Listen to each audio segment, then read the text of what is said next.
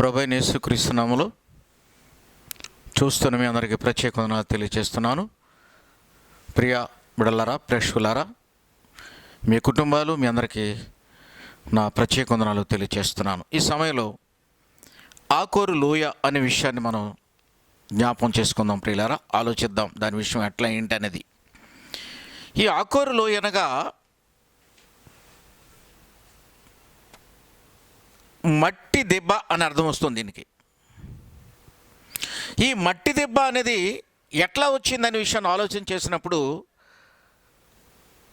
కొన్ని రాళ్లను ప్రత్యేకించి ఏరి ఆకాను, అతని కుటుంబము, అతని మందలు, అతని పశువులు, అతని సమస్తాన్ని కూడా అగ్నితో కాల్చి వేసిన ప్రదేశంలో ఆ బూడిదను పోగుగా చేసి, వారందరి బూడిదను పోగుగా చేసి, ఆకాను కుటుంబం, అతని బంధువులు, అతని పశువులు, అతని మందలు, అతని దగ్గర ఉన్న సమస్తాన్ని కూడా, అతని వస్తువులన్నింటినీ కూడా అగ్ని చేత కాల్చివేసి, మరి వాళ్ళందరినీ కుప్పగా వేసి కాల్చిన తర్వాత వచ్చిన బూడిదని ఒక కుప్పగా పోసి దాని మీద రాళ్లను పెద్దగా కుప్పగా వేసి మట్టి దెబ్బగా తయారు చేశారు. దానినే ఆకోరు లోయ అని పిలువబడుతుంది. ప్రియులారా, ఈ ఆకోరు లోయ అనేటువంటి దానికి ఎట్లా వచ్చింది, ఎలా జరిగిందనే విషయాన్ని, చరిత్రను ఒకసారి మనం జ్ఞాపకం చేసుకుందాం. ప్రియులారా, ఇశ్రాయేలీయులు యోర్దాను దాటిన తర్వాత హాయి పట్టణం మీదకి వెళ్ళడానికి యోషువ కొంతమంది వేగుల వారిని పంపించాడు. ఆ వేగుల వారు వెళ్ళి హాయి పట్టణాన్ని చూచి, ఆ పట్టణం చూసి వచ్చిన తర్వాత వారు చెప్పిన మాట ఏంటంటే, 2000 కానీ 3000 కానీ మనుషులు సరిపోతారు సైన్యము ఆ పట్టణాన్ని జయించడానికి. ఎరుకో పట్టణం అంత గొప్పది కాదు, ఎరుకో పట్టణం చాలా పెద్దది కాబట్టి అంత సైన్యం దీనికి అక్కర్లేదు, కనుక 2000 కానీ 3000 కానీ మనుషులు సరిపోతారనే విషయాన్ని వేగుల వారు వచ్చి యోషువకు చెప్పినప్పుడు అతడు 3000 మందిని హాయి పట్టణాన్ని జయించడానికి పంపించాడు. ప్రియులారా, ఈ హాయి పట్టణాన్ని జయించడానికి వెళ్ళినప్పుడు 3000 మంది వెళ్ళారు, కానీ జయించలేకుండా వెనక్కి వచ్చేసారు. దీనికి కారణం ఏంటంటే చాలా బాధాకరమైన విషయం. ప్రియులారా, అయితే 3000 మందిలో 36 మందిని హాయి పట్టణం వారు చంపేశారు. ఎక్కడంటే తమ పట్టణపు గవిని దగ్గర వారిని 6 కూడా హతం చేశారు. ప్రియులారా, అంతేకాకుండా వారిని హాయి నుంచి షబారీం వరకు తరిమి కూడా వచ్చారు. వాళ్ళని తరిమి మోరాదులో వారిని ఎక్కడ చంపారండి? మోరాదులో వారిని హతం చేశారంట. ప్రియులారా, 3000 మంది వెళ్ళారు, 36 మంది తగ్గిపోయారు. ప్రియులారా, కారణం చాలా దారుణమైన సంఘటన ఇది. దీనికి కారణం ఏంటంటే ఇశ్రాయేలీయులు పాపము చేసిరి, శపితమైన దానిలో కొంత తీసి దాచిపెట్టిరు కనుక దేవుని యొక్క ఉగ్రత వారి మీద పడింది. ఆ ఉగ్రతను బట్టి ఇశ్రాయేలీయులందరూ కూడా శపించబడ్డారు. ప్రియులారా, దీని శాపానికి గల కారణం ఆలోచన చేసినప్పుడు దొంగిలించాడు అతను. ఆలోచన చేద్దాం ప్రియులారా. యోషువ గ్రంథం 1వ అధ్యాయంలోనే 7వ అధ్యాయంలో ఒక మాట చెప్తున్నాడు. శపితమైన దాని విషయంలో ఇశ్రాయేలీయులు తిరుగుబాటు చేసిరి. ఎట్లనగా యూదా గోత్రములో జెరహు ముని మనుమడును జబ్ది మనుమడును కర్మీ కుమారుడైన ఆకాను శపితమైన దానిలో కొంత తీసుకొనెను గనుక యెహోవా ఇశ్రాయేలీయుల మీద కోపగించెను, కనుక ఇశ్రాయేలీయులు ఓడిపోయారు. ఈ విషయం ఈ పని చేసిన ఆ ఒక వ్యక్తిగా తెలుసు, మిగతా ఎవరికి తెలియదు, దేవునికి తెలుసు.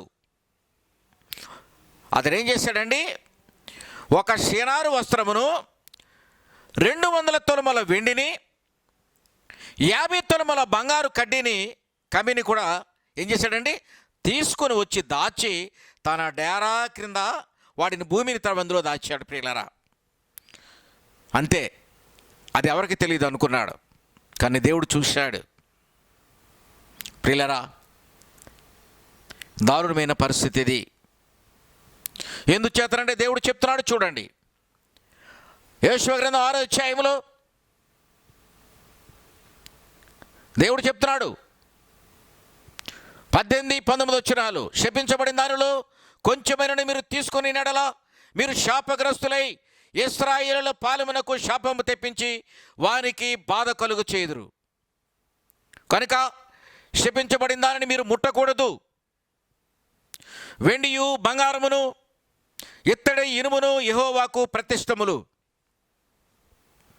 నేను చెప్పాడండి ఆయన, వెండి బంగారము ఇత్తడి ఇనుము కూడా అది యెహోవాకు ప్రతిష్టములు. ఆయన శపించాడంతే, వాటిని ఎవరు కూడా టచ్ చేయడానికి వీల్లేదు. ఒకవేళ మీరు దాన్ని దోచుకుని వచ్చినా కానీ ఎక్కడ ఎవరికి అప్పగించాలి? అది దేవునికే సమర్పించాలి ప్రియులారా, యెహోవాకు అప్పగించాలి. కానీ ఇతడు ఏం చేశాడండి? దోపుడు సొమ్ములో ఒక షినారు వస్త్రం ఆశించాడు, 200 తులముల వెండిని ఆశించాడు, మరి 50 తులముల బంగారు కమ్మిని ఆశించాడు ప్రియులారా. అది అంతటితో పోయిందా? పోలేదు. 7వ అధ్యాయం 4వ వచనం చెప్తున్నాడు చూడండి, కాబట్టి జనులలో ఇంచుమించు 3000 మంది అక్కడ వెళ్ళిరు, కానీ వారు హాయివారిని ఎదురు నిలువలేక పారిపోయేరి. అప్పుడు హాయివారులో 30 మంది 6 మనుషులను హతము చేసిరి, 36 మందిని చంపేశారు ప్రియులారా. ఎంత దారుణమైన విషయం అండి. 3000 మంది వెళ్ళారు, 36 మంది తగ్గిపోయారు ప్రియులారా. అంటే 64 అంటే 2964 మంది మాత్రం వెనక్కి వచ్చారు. ఎళ్ళైనా ప్రాణాలు దక్కించుకొని చాలా చాలా ఇబ్బంది పడుకుంటూ వచ్చారు ప్రియులారా. అయితే ఇశ్రాయేలులు యెరికోను జయించిన తర్వాత ఆ యెరికో పట్టణాన్ని జయించేటప్పుడు వీళ్ళు చేసిన పని ఏంటంటే, ఆకాను చేసిన ఈ పొరపాటు వలన శాపం వీళ్ళందరికీ వచ్చింది ప్రియులారా. ఆకాను యూదా గోత్రముకు చెందినవాడు. అయితే ఎందుకు ఓడిపోయారు వీళ్ళు, దీనికి కారణం ఏంటి అని యెహోషువ తన వస్త్రములు చింపుకొని తాను ఇశ్రాయేలు పెదలను సాయంకాలం వరకు యెహోవా సన్నిధి మందసం ఎదుట నేల మీద ముఖములు మోపి కన్నీరు ఏడ్చుకుంటూ తలల మీద ధూళి పూసుకుని ప్రార్థన చేశారు ప్రియులారా. అడిగారు దేవుణ్ణి, అయ్యో ప్రభువా, యెహోవా మమ్మను నశింప చేయవచ్చినట్లు అమోరీయుల చేతికి మమ్మను అప్పగించితివా? ఈ జనులు యార్దాను నాయనా ఎందుకు దాటించావు నాయనా? మేము యార్దాను అద్దర నివసించుట చాలా మేలు కదా. ప్రభువా కనికరించుము నాయనా. ఇశ్రాయేలులు తమ శత్రువులు ఎదుట నిలువలేక పారిపోయి వచ్చారు నాయన, నేనేమి చెప్పగలను తండ్రి అని ఉదయం నుంచి సాయంకాలం వరకు కూడా తన పెద్దలు కూడా దేవుని మందసం ఎదుట అతడు కన్నీళ్లు విడుచుకుంటూ అతడు దీనంగా దేవుణ్ణి అడిగాడు ప్రియులారా. ఇంకో మాట చెప్తున్నాడు, కనానీయులను ఈ దేశ నివాసులందరూ విని మమ్మను చుట్టుకొని మా పేరు భూమి మీద ఉండకుండా తుడిచివేసినడలా ఘనమైన నామనకనైనా మేము ఏమని చెప్పగలము తండ్రి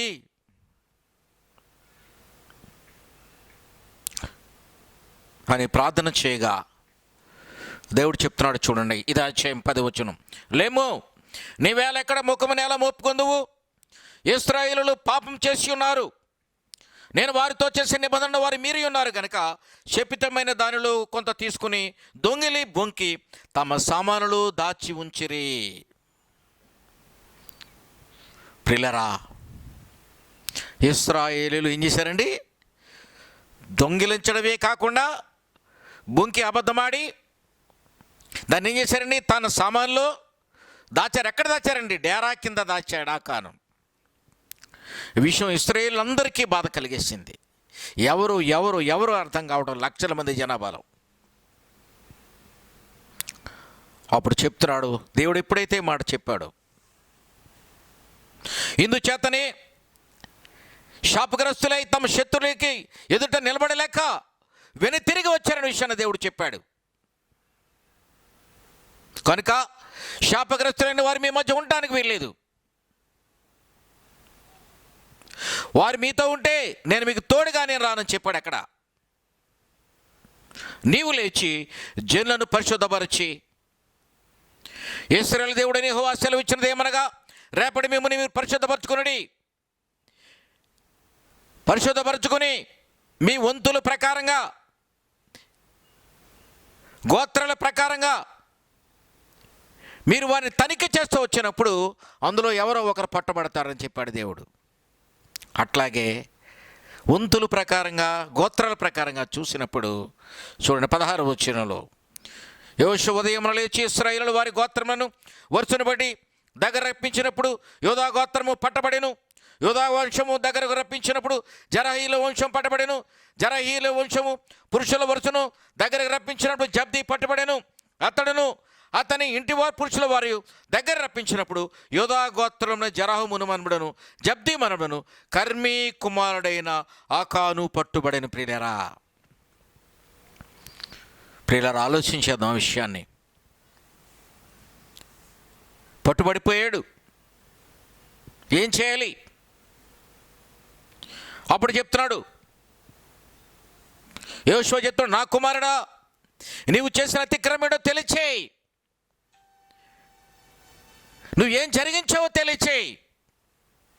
ఇశ్రాయేలు దేవుడని యెహోవాకు మహిమ చెల్లించి ఆయనను స్తుతించి నువ్వు చేసిన దానిని మరుగు చేయక నాకు తెలియచేయి. ఆకాను 20వ వచనంలో చెప్తున్నాడు, 7వ అధ్యాయం. ఆకాను యెహోషువను చూచి, ఇశ్రాయేలు దేవుడని యెహోవాకు విరోధముగా నేను పాపం చేసిన నిజమే. దోపుడు సొమ్ములో ఒక మంచి షినారు వస్త్రమును, 200 తులముల వెండియును, 50 తులముల బంగారమును కమ్మిని నేను దాచి ఉంచి తిని. అవి ఎక్కడ దాచాడండి? అదిగో నా డేరా మధ్య అవి భూమిలో దాచబడి ఉన్నవి, ఆ వెండి దాని క్రింద ఉన్నది అని ఉత్తరం ఇచ్చి తాను చేసినదంతయు ఒప్పుకొనేను. అప్పుడు యెహోషువ దూతలను పంపగా వారు వెళ్ళి చూడగా డేరా యొద్దకు పరుగెత్తి వచ్చినప్పుడు ఆ డేరాలో దాచబడి ఉండను, ఆ వెండి దాని క్రింద ఉండేను. కాబట్టి వారు డేరా మధ్య నుండి వాటిని తీసుకొని యెహోషువ యొద్దకు ఇశ్రాయేలు యొద్దకు తెచ్చి యెహోవా సన్నిధిని ఉంచిరి. ముందుగానే చెప్పాడు ప్రియులారా దేవుడు. ఏమన్నాడండి? మీరు ఎరికో పట్టణం యుద్ధానికి బయలుదేరి వెళ్తున్నారు. అక్కడ దేనిని కూడా ఆశించడానికి వీల్లేదు. అక్కడ వెండి కానీ, బంగారం కానీ, ఇత్తడి కానీ, ఇనుము కానీ అవి దేవునికి ప్రతిష్టములు. అటు జాగ్రత్తగా అది ఆయనకే సమర్పించాలి. మీరెవరో వాటిని దాచుకోవడానికి సొంతం ఉపయోగించడానికి లేదని చెప్పాడు. ప్రియులరా, దురాశ ఎంత దారుణాన్ని తీసుకుని వెళ్ళిపోయింది. అత్యాశ దారుణమైన స్థితిలో ఇశ్రాయేలులందరూ కూడా శపించబడ్డారు. తక్షణమే యెహోషువ ఏం చేశాడండి? ఎప్పుడైతే పని చేశాడో అవి ఎక్కడో చూశాడు ఆయన. 24 వచనం చూడండి, 7. తర్వాత యెహోషువ ఇశ్రాయేలులందరూ జరాహు కుమారుడైన ఆకానును, ఆ వెండి, ఆ పై వస్త్రమును, ఆ బంగారు కమ్మిని, ఆకాను కుమారుల కుమార్తెలను, ఎద్దులను, గాడిదలను, మందను, డేరాను వాని కలిగిన సమస్తమును పట్టుకుని ఆ కూరలోకి తీసుకుని వచ్చిరి. దొరికిన తర్వాత ఏం చేశారండి?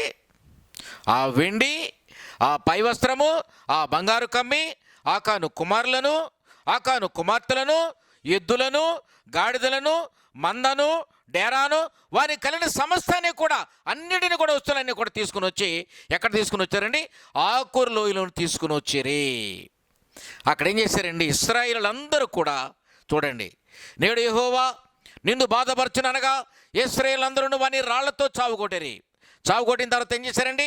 వారు చనిపోయిన తర్వాత వారిని అగ్ని చేత కాల్చి ఆ బూడిదనంతా ఒక గుంపు ఏం చేశారండి?